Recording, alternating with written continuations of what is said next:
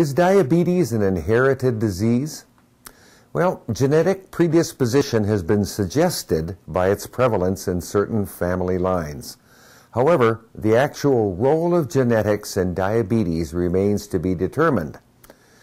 However, certain breeds of dogs are definitely at increased risk.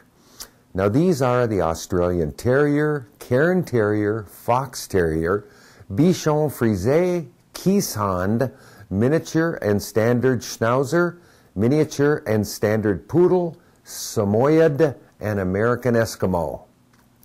If you are the proud owner-caretaker of one of these breeds, you need to be aware of the clinical signs or symptoms of diabetes.